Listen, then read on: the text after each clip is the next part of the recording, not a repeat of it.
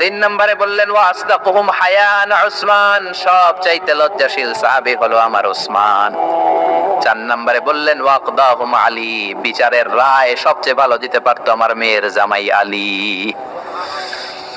পাঁচ নম্বরে বিশ্বনবী বলেছেন ওয়া আকরাহুম লিকিতাবিল্লাহি উবাই ইবনে কাব, আল্লাহর এই কোরআনটা সবচাইতে সুন্দর করে যে সাহাবী পড়তে পারতো তার নাম হচ্ছে উবাই ইবনে কাব। আল্লাহু আকবার।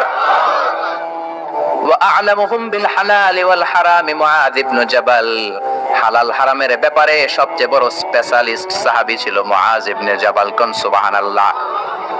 এরপরে বিশ্বনবী বললেন ওয়া আফরাদুহুম যায়েদ, ফারায়েজের হিসাব জানে যায়েদ। আলা ইন্না লিকুল্লি উম্মাতিন আমিনুন ওয়া আমিনু হাযিহিল উম্মাতি আবু উবাইদা ইবনুল জাররাহ, সব জাতির মধ্যে বিশ্বস্ত একজন লোক থাকে, আমার সাহাবীদের মধ্যে সবচেয়ে বিশ্বস্ত সাহাবী আবু